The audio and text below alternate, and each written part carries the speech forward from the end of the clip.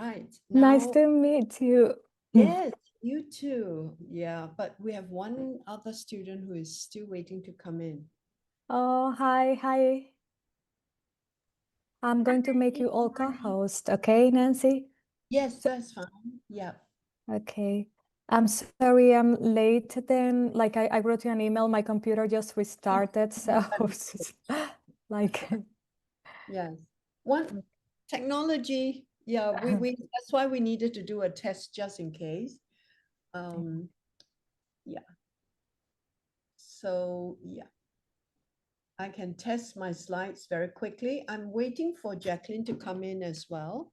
okay. Yeah, because she is still waiting for to key in the chat where you are, which part of the world are you from, so that we all have an idea. Yeah.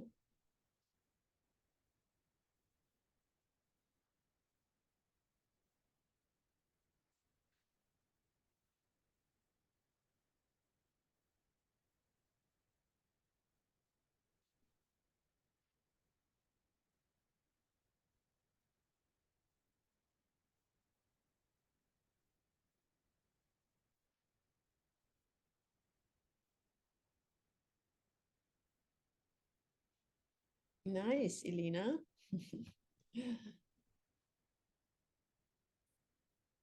Yes, Sandra. Florida. Sunshine, just like in Singapore. Yeah, John is from Palm Harbor, Florida. Behavioral ecologist. Well, we've got a lot to learn from you, John.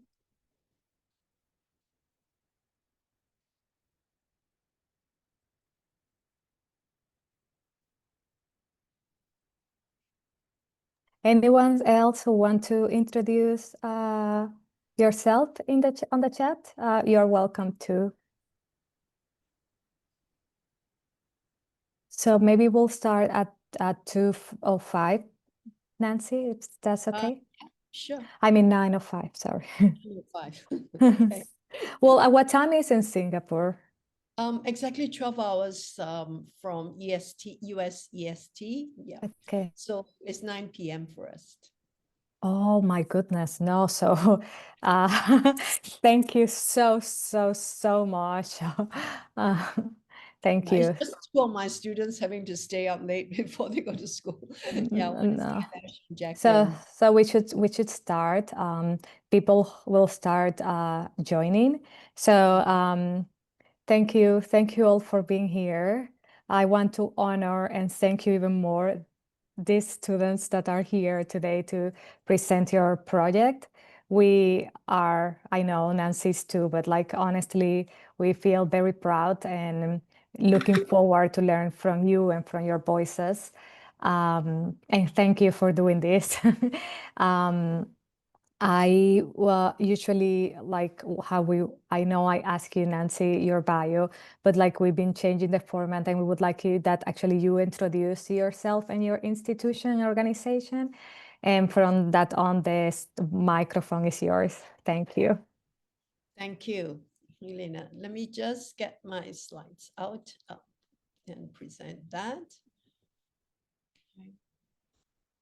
All right. Can everyone see my slides? Yeah. Yes. Thank you. Right. All right. Good morning, good evening to everyone. It's a privilege to be here, and I extend my sincere thanks to Cornell University, the Department of Natural Resources and the Environment for inviting me to share on STEMI innovation. And most importantly, on this journey, I'd like to thank two of my students, Kailash as well as Jacqueline, who has consented to be on this journey, staying up late tonight to present to everyone and share their wonderful inventions as well. So let me begin by asking everyone, and you can either key in the chat or you can unmute, all right? Have you ever felt overwhelmed by environmental challenges, but unsure how to make a difference? All right, you may put your thoughts into the chat, or if you feel comfortable, please feel free unmute and let's have a little discussion.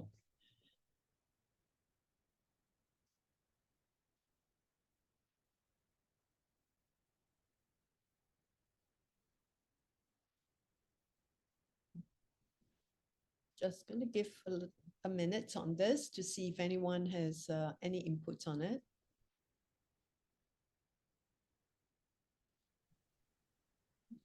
There's response on the chat. Okay. Let's just take a look. All right. Yes, John, we hear a lot about that over here in Singapore, all the news coming over from the US, and do understand about that. And perhaps that's one of the things that we need to get even more students' involvement through this. But let's have further discussions on that through here. The lack of enough resources and right expertise that Mary has shared, very true. That is always going to be the issue. So how do we address situations like this with limited resources? How can we still enable more people to come on board to share in this environmental challenge? Thank you so much, John and Mary, for sharing that. Okay, and now let me just move back here and move on. Second. We close the chat. Okay. So before we begin, let's meet the presenters of this session who will share with you how we are making an impact, a step at a time, not that we are making one that is a huge glowing impact, but we start to make dents, and that's what we do. So let me introduce myself. I'm Nancy Soon, an educator for the past 25 years, coming from a technology background. When I was first introduced to STEMI, which stands for STEM plus invention and entrepreneurship, I had this question: is it possible for students below 18 years of age, when they are still in school, to solve problems through invention and entrepreneurship? I was amazed when I visited 10 schools in Connecticut and saw the transformation of students as young as kindergarteners, explaining to me what this transformation means to them.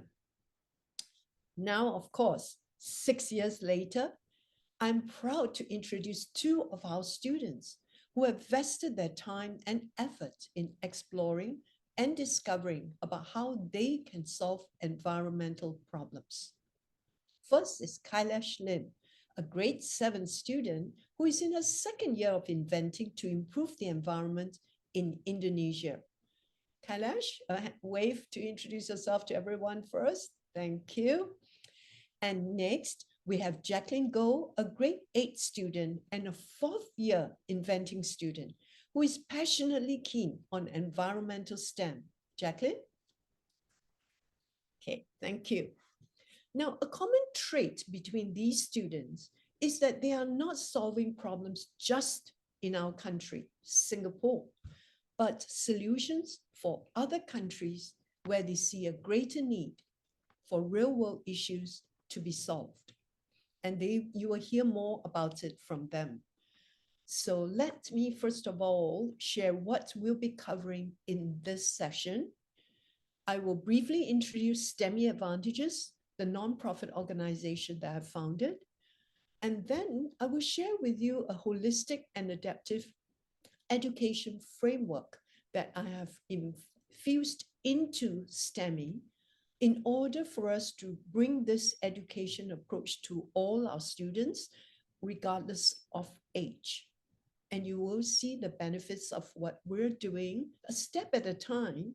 And it's going to take some time before we will be able to see, when these students come out into the real world and work, what they will bring with them from all their experiences through this education.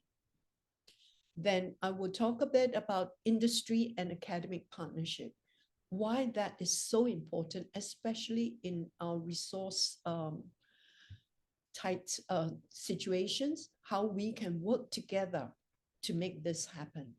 And you will be listening to 2 case studies from these students of their journey, followed by an interactive exchange. And I hope it will be a great exchange where you unmute and speak with us, and let's collaborate at that point in time towards the end of the session. So let me begin by introducing STEMI Advantages, which was established as a nonprofit in October 2021, just after COVID, to reach out to students from all backgrounds, especially the underrepresented, such as females, disadvantaged children from low-income families, and those with learning challenges. Now, our actions over the past 3 years have now been impact verified. Just this month, yes, today is only the 6th, so it's just on the 1st of August, by Impact Genome Registry, an organization in the US, to audit the impact of our work. So what does STEMI Advantages do?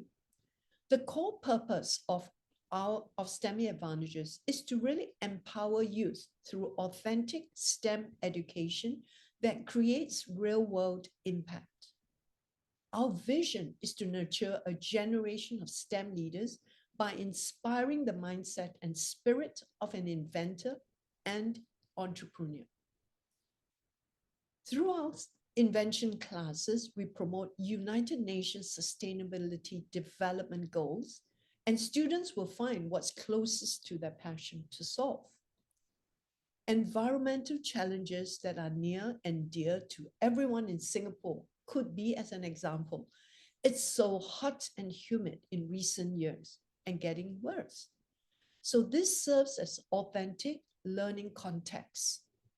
We aim to build bridges between classroom learning and real-world application so that sustainability is not a talk, but our students are walking the talk.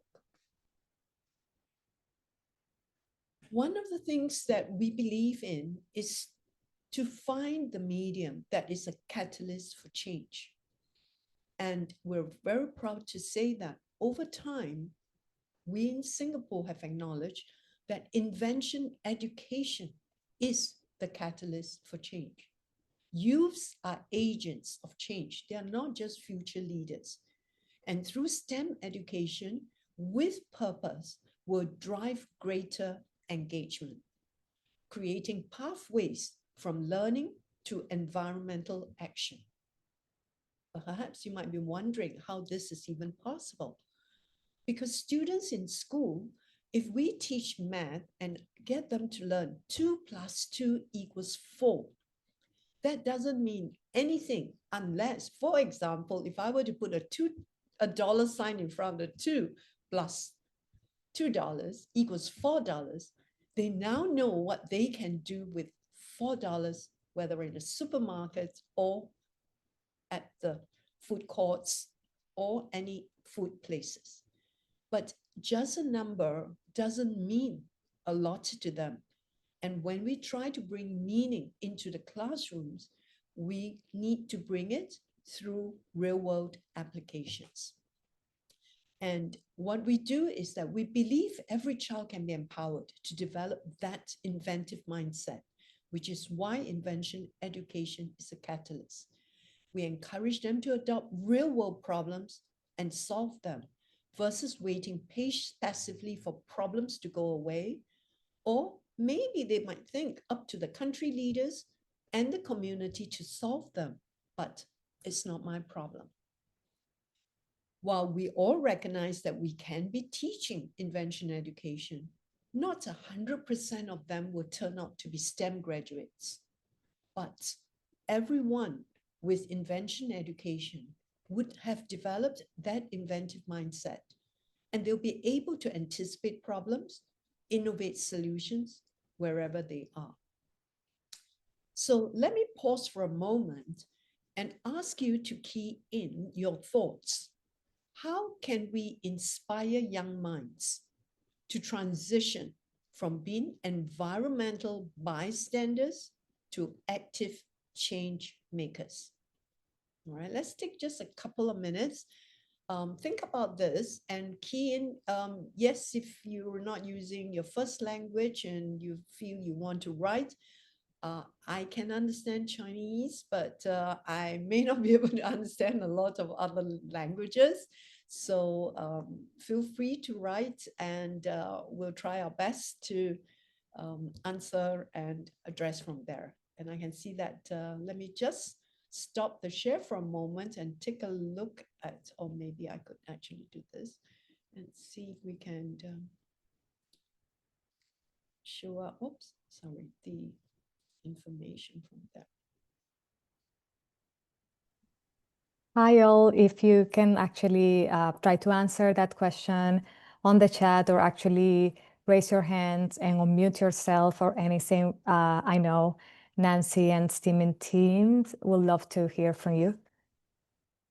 Yeah, let me just take a look at some of the information that's coming through.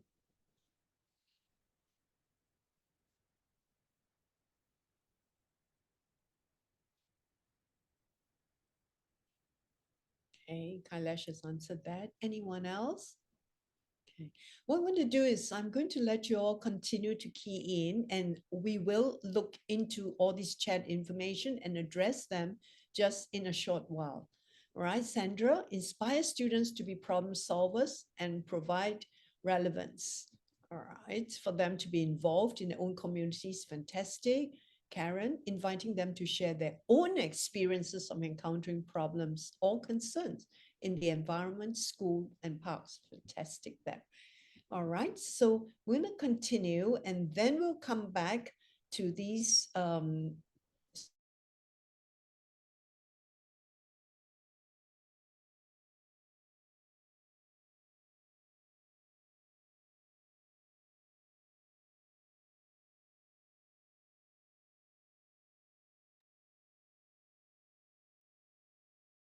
Hi Nancy, I think you're frozen. Can you hear us?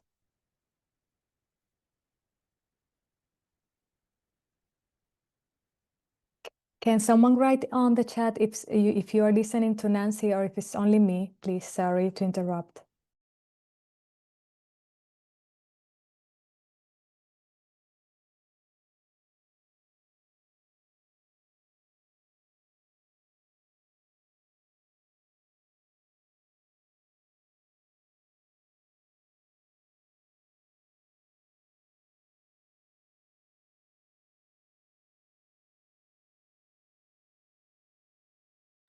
Okay, I think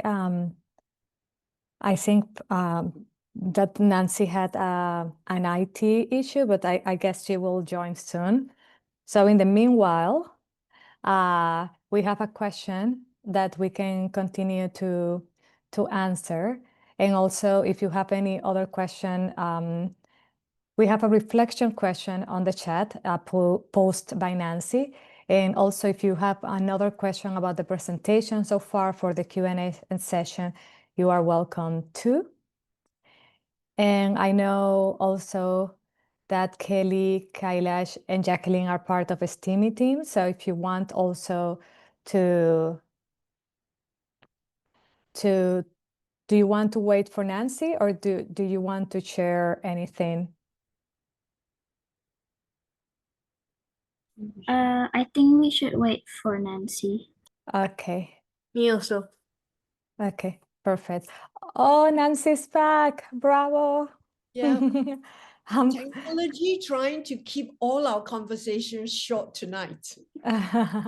Okay. And I Okay. think Karen, okay, so Nancy, take time to Yeah. again to focus, nothing, everything is okay. Just before you continue, because you post a question on the chat, but I think there was a person named Karen that had her hands raised in case.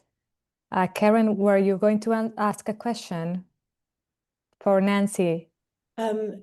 No, I was just going to share that I just loved Nancy's comment that our youth are not future leaders, that with the right education, they are leaders today. Yeah.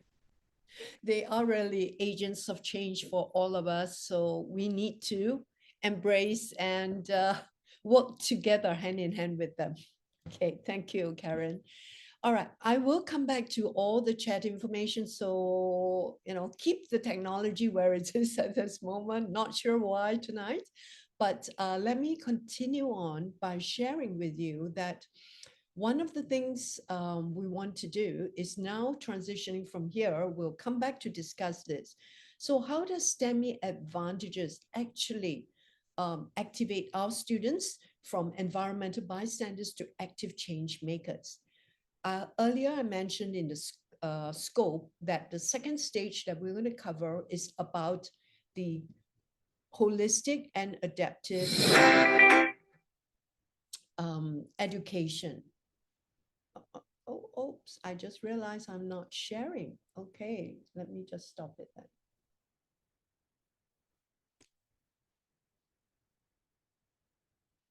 Yeah, I thought I was sharing my slide already, but I wasn't. Okay, give me a sec because it dropped earlier.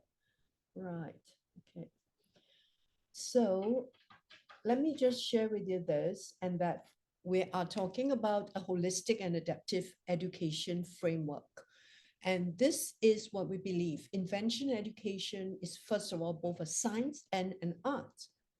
For us here in STEMI Advantages, we blend the andragogy principles, which is adult learning, with a traditional teaching methods to create a more effective educational approach that work to motivate most learners. And how do we go about doing that? We used what we call the Gordon Skill Development Ladder. I don't know how many of you are familiar with this. But this is an andragogy, or rather an adults learning principle.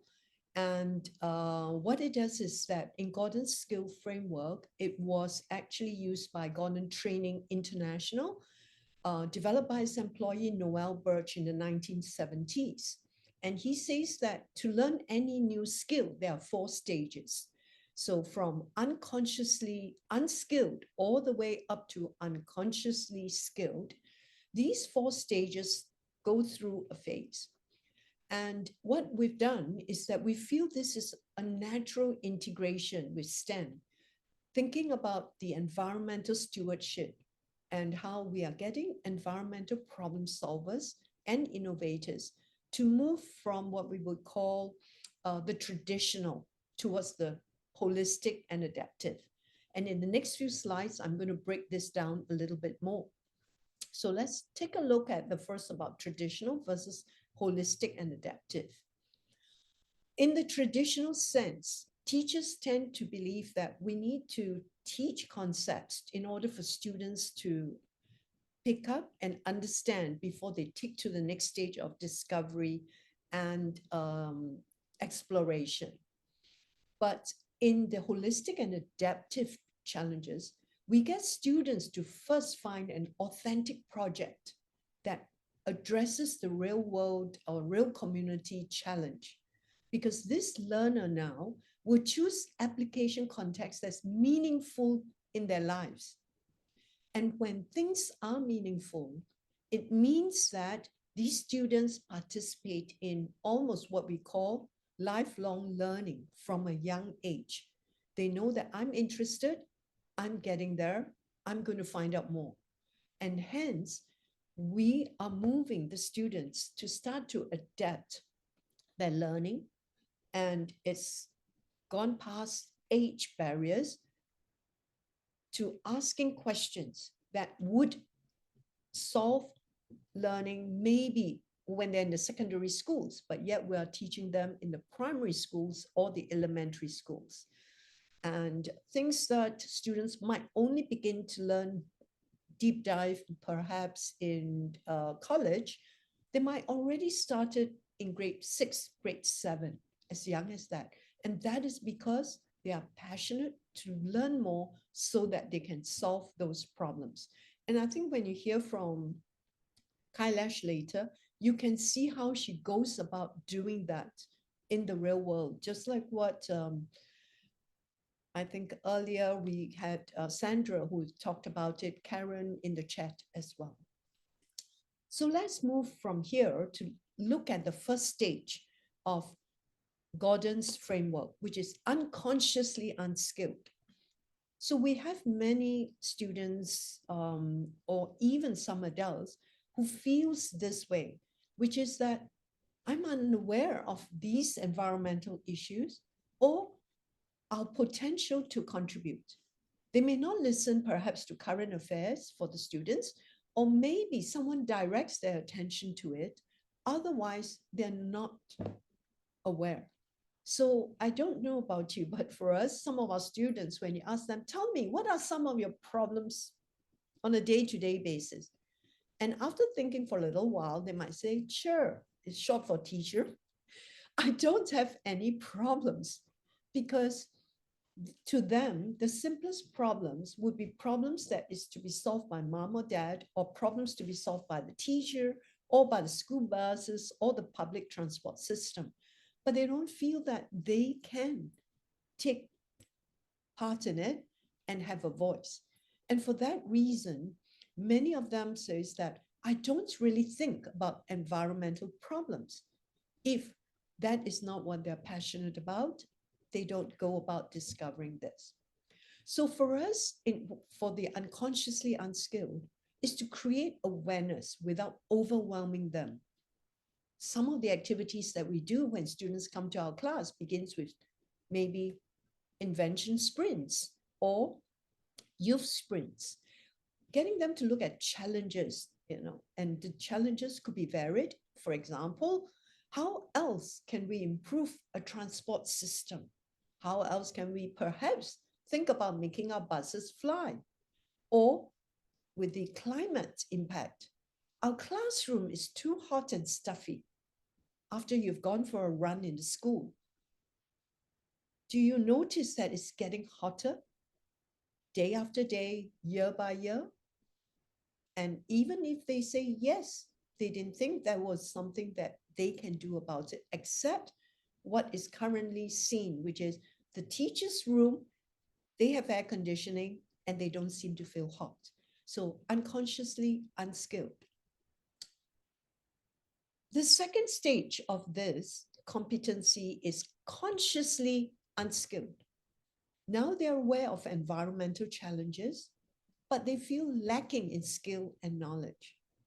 So a youth profile that you might be looking at could be, I care about the environment, but I don't know how I can help. So at this moment, they know that they don't have the skills. So a couple of weeks back, I conducted a Design Dash masterclass to some students in grade 11 and 12. Now, one of the students actually told me the feedback is, I don't know what this course is about. So, but because friends are coming, I'm here. But what she said is, I hadn't expected myself to enjoy and learn so much. So now she's consciously aware what she doesn't know and participated actively in it, but still not at a stage where she can be independently discovering a lot at this moment, because she still needs some scaffolding. So as they move on to discovery, because transformation begins now, once they realize that they can learn and enjoy, the exploration begins. And we provide accessible entry points and supportive mentorship to enable them to move from step 2, which is unconsciously unskilled, to become consciously skilled. And here, afterwards, you hear from Jacqueline herself, and this is quoting right from her. I seek ways to explore some of my curiosities further and learn to find answers to my questions by scoping and thinking about them from various perspectives. She's now become consciously skilled. She doesn't need to depend just on a leader before she can move forward. And that's where we want to get all our students to move towards, developing specific STEM skills that they can apply to environmental contexts. They may not be able to solve the huge real world problem of absorbing all the carbon dioxide and turn it around and give us all much better air at this moment. But they've started to take interest, and that is where we want them to continue on their journey. So in this case, what is going to happen is these students will identify real-world project-based problems with real environmental applications. We as teachers are there to just explain some principles that go above and beyond what they know, but the learners are constructing their understanding through dialogue with peers, with experts, conducting their own research, and as what Jacqueline has said, reflections, all right? Thinking about it from different perspectives. And most important, cross-generation learning, as you will see, why industry and academic mentors are so important, because it enriches their comprehension at a much younger age before they even take on internship. So unconsciously skilled. Now, by the time they reach this stage, it will be just like you and I, right? We can ride a bicycle without thinking, this is how I need to balance the bike. Where do I put my foot on the pedal and how do I go about it? Or driving a car. We don't need to think about which comes first. Do I put the key into the ignition or do I put on my seatbelt and so forth? So everything becomes so unconsciously skilled that we can just step on, sit in the car, get it moving there and then, immediately without further thoughts about the step by step. To get students to this stage is going to take a while, but nevertheless, we need to get started. And this is the framework that we've used in designing our curriculum. So how do we apply that towards our education approach? All our students, when they come and they join us, they will we will conduct workshops of various durations, where these students will identify local environmental problems and begin to prototype solutions. We call them eSTEM workshops or sprints. Once they begin to learn the concepts, we pose them innovation challenges, perhaps even research on biomimicry projects, sustainable technology designs, and how can they solve these real-world problems that way. Followed by what is important is authentic learning journeys. We encourage students to go out above and beyond. We ourselves conduct some of these authentic learning journeys so that these students can actually go out and begin to foster a love for science and technology from the industry. And lastly, everyone pursues an individual project work. Sometimes we encourage them to work in teams of maybe 2, maybe 3, but otherwise individual would be great, because that way they can then have dialogues with each other to become more aware of all the different projects that they are all working on. So let's take a look at some of the holistic activities which we want them to see, we want them to listen, to explore, and most importantly, hands-on to do. This, we believe, is because education shouldn't be constrained by an artificial age boundaries. They can be young, but nothing to stop them from seeing, listening, exploring, and doing at a young age. And Gordon's framework has shown me how STEM learning can be enhanced when I bring that into the curriculum. And the future of education will lie in recognizing that these good learning principles will work across all contexts, whether for eSTEM, for technology, for any problems that our students want to solve. And we find that the same thing applies. But one thing to consider is that the problem and challenge I find is not the student. Very often it's the trainer. I will ask myself, am I willing to go into a class without any prepared slides and notes? And the answer is yes. But I will have trainers who might feel that this is not their comfort zone. Perhaps you might ask the question is, Are you prepared to answer students' question with, I don't have an answer, but if I don't, let's research to learn more. So there are many things here that we are doing at this point with the holistic activities. And over the next few slides, I'm just showing you pictures of things that we have taken our students out to do, whether to a maker space, to just move this out, whether to a maker space, to actually work on hands-on through cardboards, low fidelity, learn how to actually even use cardboards without masking tapes and so forth, plays a very important role of looking at materials, all the different materials, and how we can use them without scotch tapes, masking tapes, glue guns. And over here you can see, oops, sorry. Let's get on here again.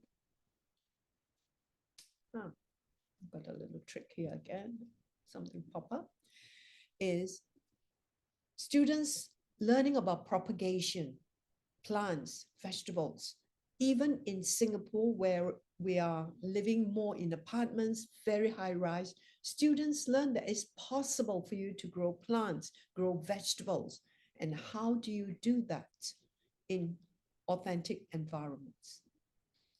Next, I'd like to bring you to talk about the mentorship model, all right, before I introduce our students to present their work. And mentorship model is important, and there are two types of mentors. The first we call them our youth mentors. The second, industry mentors. And what's the difference between the two? With industry mentors, we provide them with the real world connections, the professional expertise. They bring the current industry knowledge and practices to these students. They also share about career pathways. We want to keep students in STEM industries, but to do that, we need to show the diverse opportunities available, even in environmental STEM fields, as well as guiding the students to broader professional communities beyond the ones that they are aware of, and continue to support them in their authentic problem solving, where they need to seek our advice and guidance of how else can we do this. So our industry mentors are so important contributors to our students' knowledge. Next, we've created and branded our own word called Eco Youth Nation. We want for the ecology to have a group of ambassadors. What better way than to involve our youths? As Karen has rightly said, they are not future leaders, but they are agents of change, and we need to embrace that and empower them to go about peer-to-peer sharing. How about helping out the younger students to learn so that we can bring more practices into play by getting these students to work together, first as inventors, and authentically now they can share with younger students. One other thing that I always mentioned that I feel so important is I have started teaching this STEM invention to students as young as 4 years old. And you will see that we believe they're never too young to start. And we were reported in various newspapers, in prints as well as online, because of the children's invention. And the little girl here with that big pair of shoe, she said, I would like to make a pair of Grow With Me shoe so that Mom don't have to keep spending and I don't have to throw away shoes because my feet is growing a little too fast from the pair of shoes. Having brought these children through this journey, one of the things that we want to share is we want to give them an opportunity to showcase and celebrate their journey. And we do this by ending it with a Singapore Invention Convention. And both students afterwards, when they share with you, they have been participants at these in Singapore Invention Convention. It boosts their self-esteem. It gives them opportunity to collaborate with what we call the industry. Judges meeting up with them, boosting their confidence, mentoring them. How else can you continue into your next leg, next phase of your inventions? And through that, these students become even more vested to continue because the industry has heard them, the industry supports them, and the next thing, they have been encouraged by these judges. Earlier, I mentioned about volunteers. So both youth volunteers as well as industry volunteers are so important in our work. Earlier, some of you mentioned to change them to be active change maker, or one of the big challenges that you see happens to be lack of resources. And volunteers are a big part of what we do. Right? And here are some of our industry partners that have joined us over the last few years and continue to support us in what we're doing. So enough of hearing from me. Let us hear from Kailash so that she can share with you her journey, her discovery. And now, for all of you listening to Kailash, please try to apply the 4 stages of the framework, Gordon's framework, into her case study. All right. And then perhaps when we do the interactive exchange, you can tell me whether you're able to pick up her journey where the Gordon's framework has actually played a part, and do the same afterwards. So I'm just going to share both now. After Kailash, we would have Jacqueline Goh, who will present after Kailash. So first, over to you now, Kailash. I'll stop share. Thank you, Teacher Nancy. I'm just gonna share my slides. Yes.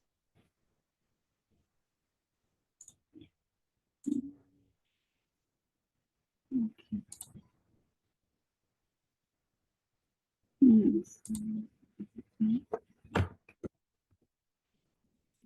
Can everyone see my slides? Yes, you're good. Yes. Okay. Good morning and good evening. I'm Kailash Lim, a student from Singapore, but I live in Indonesia where my parents have been posted for work. As I'm away from Singapore, I'm studying with Wolsey Hall, Oxford, a homeschooling college in Oxford, UK. I'm 13, so I'm in year 8 in the UK system. Though I meet my UK tutors online from home, I learn so much more when I'm out in the nature of Bali Island, which is the spot I currently live in. I'm so honored to be here, to have this opportunity to share about my enriching experience learning eSTEM with STEMI. Please come along on this little journey with me. My home is in a rural village in central Bali. I live about 30 kilometers away from our mother volcano, Mount Agung. My life in our village has been so sweet and simple. I've learned much from the villagers about living close to the natural world and how nature can provide us with the best solutions to our problems. Thanks to my parents, I've explored many parts of the Indonesian archipelago since I was little. As a child, Indonesia seemed like the most beautiful paradise to me. As I grew older and learned more about the world, I started to observe many things around me that did not feel right. I saw many human activities and actions in Bali and Indonesia that seemed so harmful and dangerous. One of the many issues that started to become clear to me was the problem of waste management. It so happened that at that time, my parents had signed me up for the STEMI Advantages Environmental STEM Invention course, and it gave me the perfect pathway to learn the skills to maybe find a solution. I was exposed to enriching sessions at STEMI where I learned techniques like Scamper and design thinking. I applied the STEMI design thinking framework and chose the problem of landfill fires, and thereon started my research. Here's what I discovered. Indonesia is the world's 5th largest producer of waste. Most of the waste here isn't well managed. Waste sorting is extremely difficult to organize, so it's mainly just dumped directly at landfills or dump sites, scattering an endless chain of trash mountains across the archipelago. In these landfills, heat and methane gas build up, leading to fires from spontaneous combustion. Between 2023 and 24, more than 43 Indonesian landfills caught fire, and sadly, some lives were also lost. Most countries around the world frequently experience landfill or waste heat fires all year long, even in the USA, where there were more than 430 landfill fires in 2024 alone. And what about those that go unreported? What's more, 11% of global warming is caused by methane gas from landfills. Closer to home, just an hour from where I live, the massive 32-hectare Suwon landfill caught fire again last year. I witnessed it myself in 2023, seeing the gigantic flame towers, and the smoke was so thick I could hardly breathe. The fires lasted for weeks and took millions of dollars to put out. This distressing real-life experience made me question what actually causes landfill fires. Could I, a single student, possibly create a solution to mitigate it? I conducted research and analyzed current solutions around the world, checking their methods and logistics involved. I learned that to prevent fires, landfills need to be covered up daily with a physical barrier on the top surface to prevent oxygen from entering. I also learned that compost is one of the more effective materials to do this. Through my research, I also began to understand and love microorganisms, or small beings as I call them. To support my research, I also interviewed a panel of experts such as microbiologists, a hazardous materials specialist, a materials engineer, and an environmental engineer, among others. Integrating their feedback, I invented Methanopop's Compost BioCover, a mitigation for fire and methane in tropical landfills. My invention is a special compost material for covering landfills every day that prevents heat, methane, and fire. Methanopops works in 3 ways. Firstly, it's a tri-density oxygen barrier which physically stops oxygen from entering the landfill, hence it reduces heat in the landfill. Next, it's a bioinoculant. It populates the landfill with specialized microbes which consume dangerous methane gases released by organic waste that's decomposing in the landfill or waste pile. Thirdly, Methanopops uses targeted phytochemicals to control the microorganisms that cause methane to form in the landfill. Developing my invention, I was inspired by the marvelous NGOs here that tackle Bali's sustainability issues. I learned from their work that the most beautiful solutions are those that anyone would be able to make and everyone would find easy to use. Plus, these solutions should be found in the local and familiar environment, so I challenged myself to do the same. Here's me sourcing for all the materials in my invention, from just one local source, my neighbor Pak Gusti's farm. My invention is sustainable. It's made from upcycled waste products from local farms like manure and rice plant roots, which would otherwise be thrown out. At no extra cost to farmers, creating a demand for these waste materials gives them a new income stream and extra profit still within their own business.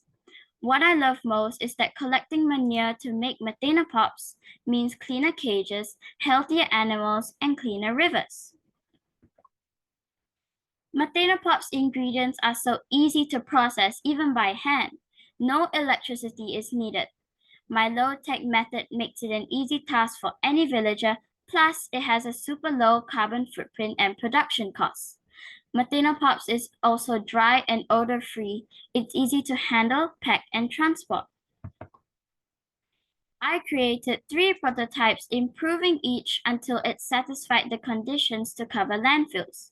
Using big bins, I created simulations of real sections of landfills to test each prototype's performance in terms of coverage, slippage, stability, degradation, and other factors.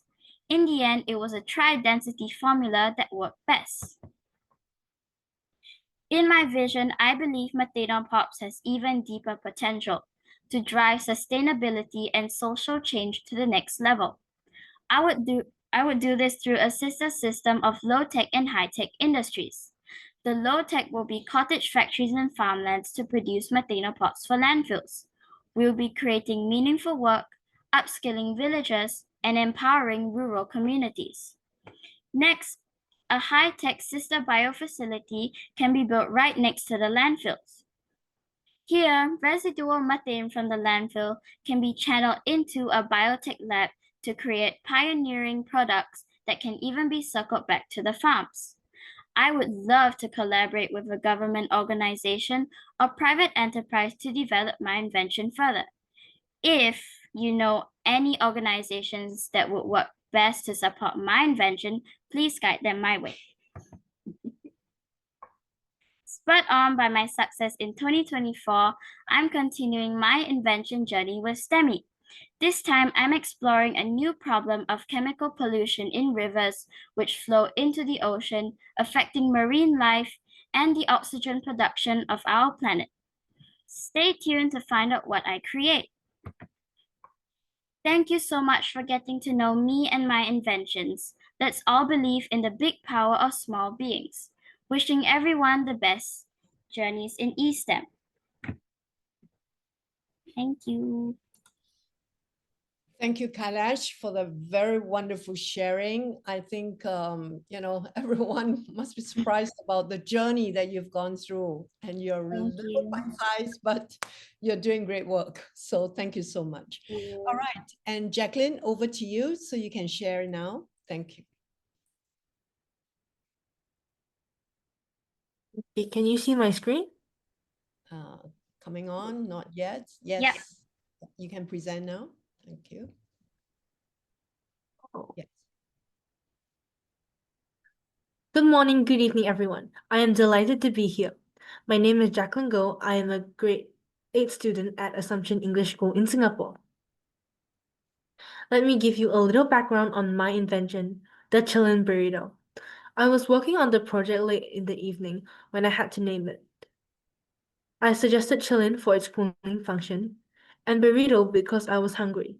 Besides, our invention resembled a burrito. Together with Eileen Tiratoro, we created the Chillin burrito, an invention sparked by our growing concern for the environment and the heavy pollution caused by daily transportation, primarily from motorcycles.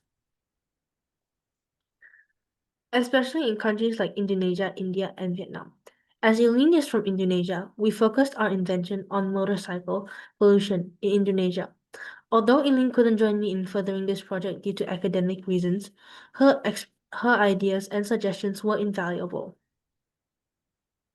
My inspiration began with a simple unpleasant experience smelling methane gas in my bathroom at home. This led me to research methane emissions, and I discovered the work of MIT professor Desiree Plata about a study using copper and zeolite for methane oxidation. That discovery opened the door to my growing curiosity, something I often feel isn't encouraged enough in schools, but I found power in asking why and what if. It allowed me to think beyond textbooks and into real-world problems, not just flimsy imitations of them. At first, Eileen and I explored solutions like placing plants such as bamboo or aloe vera near motorcycle exhaust. But discussions and feedback help us realize the practical limitations like heat damage, watering issues, and poor photosynthesis rates. These challenges pushed us to explore better alternatives. Eileen introduced metal organic frameworks, MOF for short, which filter pollutants, but I felt something was still missing. So I experimented further and added copper foam, chosen for its large surface area and thermal conductivity to enhance catalytic activity in green zeolite. But converting methane to CO2 wasn't enough. I needed a solution for CO2 too. After extensive research on various plants, I discovered that brown algae can absorb significantly more CO2 than moss or aloe vera. However, I wanted to replace the algae component with a solar cell and explore new materials that can convert or absorb other harmful gases.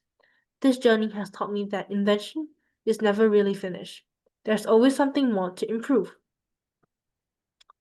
But I realized as I began with my second phase that CO2 emissions were the real reason why Indonesia is so polluted. I would have never found this solution without the help of applied science mentors from Temasek Poly. I started off thinking that I could adapt the self-photosynthesizing stem cell. After discussions with these mentors, they showed me that it would be too difficult and costly to adapt them. Instead, they suggested biochar, a cost-effective charcoal produced by pyrolysis of the heating in biomass in the absence of oxygen. Biochar increases soil health, pH levels, remedying pollution, and sequesters carbon, which benefits the environment and agriculture by improving soil health. If discarded near plants, the filter of the Chilean burrito remains beneficial, potentially enriching plant soil, which creates a circular system that benefits the environment. Biochar comes in different sizes of granularity. I tested the chunky and granular sizes of biochar at home, using a plastic bottle and coffee filter bags. By blowing air through it using a hairdryer and a CO2 air measuring device, that proved that biochar is effective in reducing CO2 in the atmosphere. This is a picture of my prototype. As a teenage inventor, my journey began with a curiosity that schools often suppress in their students. I started my invention journey having a lot of questions, and thanks to teacher Nancy's guidance, I learned ways to explore some of my curiosities further. Instead of answering my questions, she taught me to find answers to my questions by scoping and thinking about them from various perspectives. Through this process, I gained new skills about how to analyze problems and research them. In conclusion, I've learned that inventing is not just about building things. It's about learning how to listen, critical thinking, and collaboration. I value the opportunity to hear others' ideas and challenge them with different perspectives, just as they did for me. It's a two-way process that helped me shape and sharpen my invention. Overall, my project has sharpened my thinking and made my invention journey richer and more meaningful. Thank you. Thank you so much, Jacqueline, for your presentation and your sharing. So this gives you an idea of the two students' work that has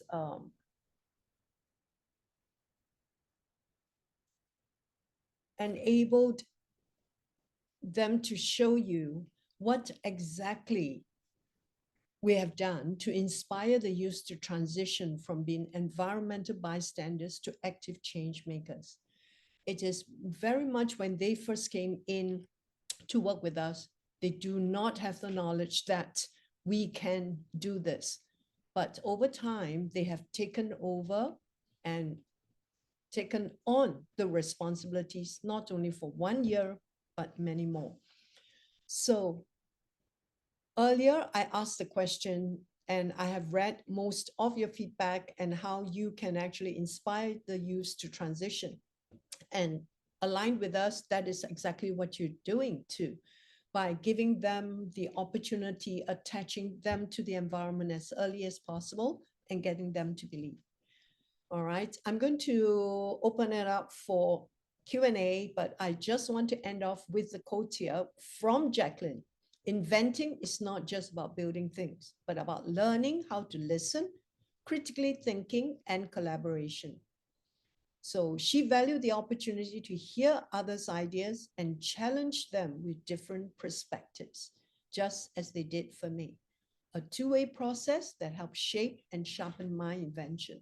So similarly today, all of us are here, myself included. We are sharing, it's a learning process, and there will be continual dialogue in this space. All right, so I'm going to stop the share and enable everyone to feel free to exchange discussions. I've also answered some of the questions in the chat. As I'm mindful of the time, I'm so sorry about dropping off from the link and all that. Yeah, thank you so much for your feedback to Kailash as well that I've seen. Who else? Okay, Elena has a question there. When a student comes with a project where the mentor does not have the skills to support or guide the students, what strategies do you use related to educator-student collaboration? Very good question, Elena. So I look at myself as a hub. That is why I need the industry partners or academic partners. And through that, I actually go out seeking based on the students' requirements, who will be the best. And even in my network, I may not have the answers, but it's who my, excuse me, my network knows that they can refer. So we do that. And so far, almost every student has been able to be matched with someone who is able to help them. And sometimes this does not need to be industry mentors. It could be youth mentors with a skill, like they might just need coding, but they're only grade 3, so they don't know how to do it. So we match them with somebody who's grade 10, 11, or 12 with the skills to help them and partner them through that process. Thank you so much. Oh, you like to hear the mother volcano? Oops, I'm not sure I want to be around when that happens. But yeah, great work there. But I was wondering because at least where I grew up and where I'm familiarized, people, don't refer to nature entities with like pronouns that are assigned to humans. And I'm very curious because that sounds very normal. And as much I go in depth with my research in nature education, I am trying actually to deprogram myself from that learning, because I have learned that if I think about nature as a it and like outside of nature, even I love nature, but that's a narrative I grew up in. So for me, it's hard to it's hard to not refer to nature as it or anything. So I am actually intentionally doing that exercise with the idea to have a more relational approach in my discourse too, not only related to my actions. So it was really amazing to hear Kailash refer to Mother Volcano. So I'm genuinely curious if that is part of the culture, or like or how does it come to happen? Yeah, Yeah, so it is big part of the culture here in Bali. Like most of their water comes from the volcano. Their whole life is based on the volcano, like which way to sleep so you face the volcano and stuff like that. Yeah. And like their rice crops, all the water comes from the volcano too. They have this whole system. Yeah. thank you. Welcome. Yeah. Kailash, there's a question here. I believe that's for you. What was the most challenging? I believe, Wendy, I don't know if you're directing it to Jacqueline or Kailash. What was the most challenging part of your research?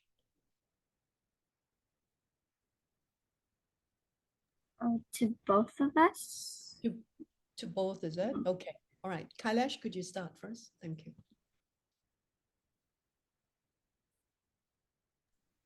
Researching about the microbiology, like the bacteria and the gases. Yeah, that's for me.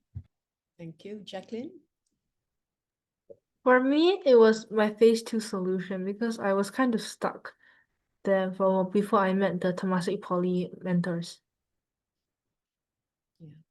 She was working on artificial photosynthesis. Yeah. And bear in mind that when Jacqueline started with me, she was only 11, 10, 11 years old.